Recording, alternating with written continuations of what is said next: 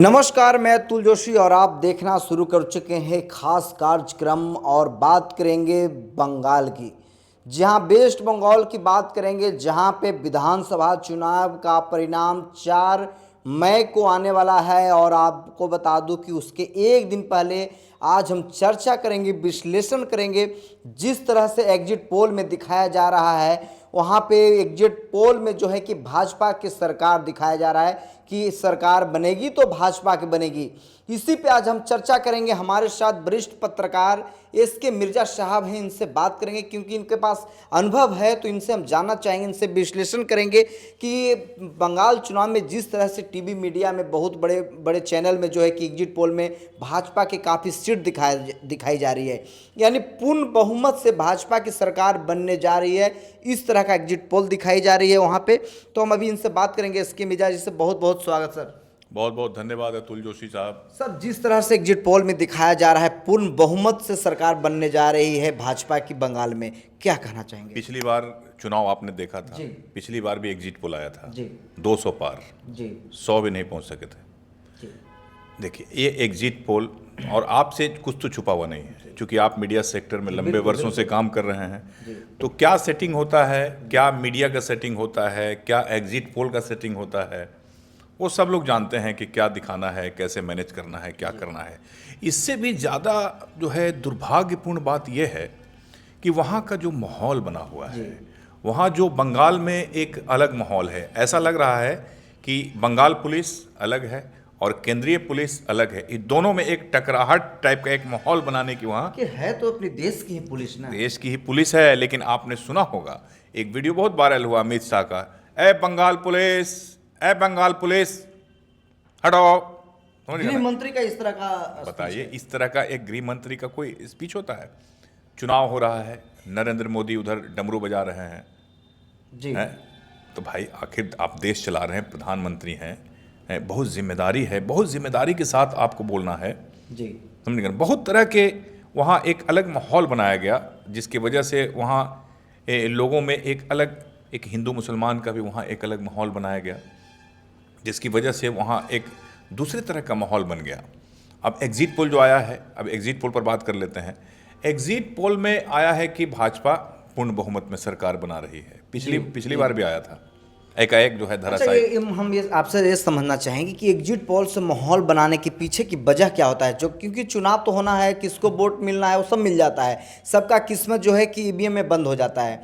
तो ऐसे में माहौल बनाने से, पूरे एग्जिट पोल, पूरा टीवी में पूरा माहौल बनाने से, इसके पीछे की वजह क्या होता है मिर्जा साहब? जैसे नहीं समझे, जैसे चुनाव आयोग भी इनके अंडर में है, मीडिया इनके अंडर में है, एग्जिट पोल भी इन्हीं के अंडर में है, सब कुछ। समझ गए ना? तो यहाँ पर इसे मान लें कि अगर मैनेजमेंट करना है, खेला करना है, तो खेला करने के लिए पहले ही से हवा पानी टाइट रखेंगे कि हम तो एग्जिट पोल में जो आया अच्छा, था खेला होता है लोकतंत्र में, ऐसा है जगह, खेला का जगह है। पूरा खेला, अब तो खेला ही खेला होता है। तेजस्वी यादव का आपने नहीं सुना?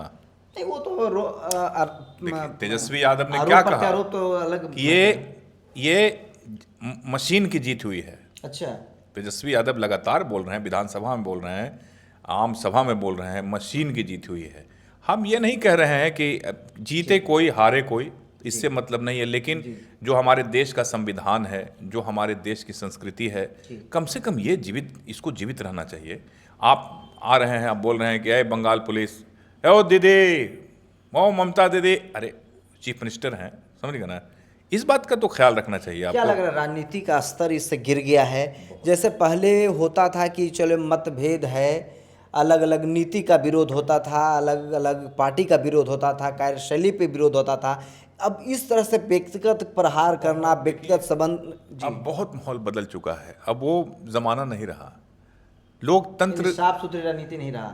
लोकतंत्र के साथ खिलवाड़ किया जा रहा है मेरे हिसाब से, क्योंकि अब एक नहीं देख रहे हैं, अब चुनाव आयोग का क्या काम है कि सभी दलों को विश्वास में लेकर चलना। तो क्यों सब दल चुनाव आयोग के खिलाफ बोल रहा है? चुनाव आयोग भाजपा भी- के अलावा जी। कोई सभी दल के लोग चुनाव आयोग पर उंगली उठा रहे हैं। जी तो ऐसा तो नहीं था पहले।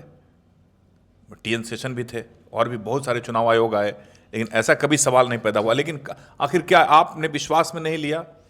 चुनाव आयोग का काम है कि सभी दल, विश्वसनीयता में कमी कहीं ना कहीं आई सभी दलों को आपको क्या लेकर होगा मिर्जा जी आने वाले समय में जिस तरह का भी माहौल चल रहा है, तो आने वाले समय में, क्योंकि लंबा आपसे बात नहीं करेंगे क्योंकि दर्शक जो है कि देश कत्ल खाते में जा रहा है अब जी, समझ गए ना, जिस तरह का स्थिति है, जिस तरह का देख रहे हैं, महंगाई, यानी चुनाव आयोग से कहीं ना कहीं विश्वसनीयता कम रहा है, लोगों को विश्वास कम रहा है लोगों को। नहीं कम रहा है। आपको क्या लग रहा है, आप भी एक अनुभवी पत्रकार हैं, आपको नहीं लग रहा है कि सब दल के लोग क्यों सवाल उठा रहे हैं, भाजपा के अलावा बाकी सब दल क्यों नहीं, एनडीए के जो लोग हैं वो लोग सवाल नहीं उठा रहे हैं, बाकी जितने विपक्ष के लोग हैं, तो चुनाव आयोग का काम है कि सभी को एक साथ लेके, सभी को विश्वास में लेके चलना। लेकिन यहाँ क्या पर लग रहा है, किस आपको क्या लगता है किसकी सरकार बंगाल में? देखिए, बंगाल में जिस तरह का काम हुआ, वहाँ जिस तरह के नाम काटे गए बहुत सारे वोटरों का, तो कुछ कहा नहीं जा सकता है। हम मेरे हिसाब से 50-50% चांस है, कोई ये कंफर्म कह नहीं सकता है, एक अलग माहौल बना हुआ है, कोई भी कंफर्म होने के लिए तैयार नहीं। 50-50% मैं दे रहा हूँ कि 50% भाजपा भी बन सकती है और ममता बनर्जी की तो असमंजस की स्थिति है, 50-50 जो है कि ये इनका मानना है कि भाजपा भी आ सकती है या टीएमसी भी, यानी जोड़ा फूल भी वहाँ पे खिल सकता है। तो ऐसे में क्या कुछ होता है, अगर आपके पास भी अनुभव है तो आप जो अगर बंगाल से देख रहे हैं या कहीं से भी वीडियो देख रहे हैं तो अपनी प्रतिक्रिया जरूर दें। कौन बनेगा मुख्यमंत्री वेस्ट बंगाल यानी पश्चिम बंगाल में?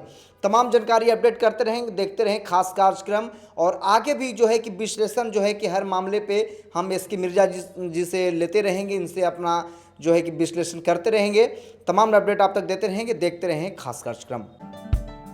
फ्री स्वास्थ्य सेवा माह के तहत कुर्मा संस्कृति मेडिकल कॉलेज एंड हॉस्पिटल लेकर आया है एक अनोखी पहल।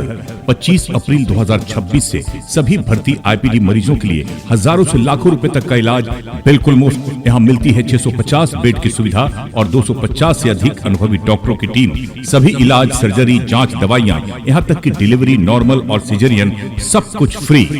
कुर्मा संस्कृति मेडिकल कॉलेज एंड हॉस्पिटल।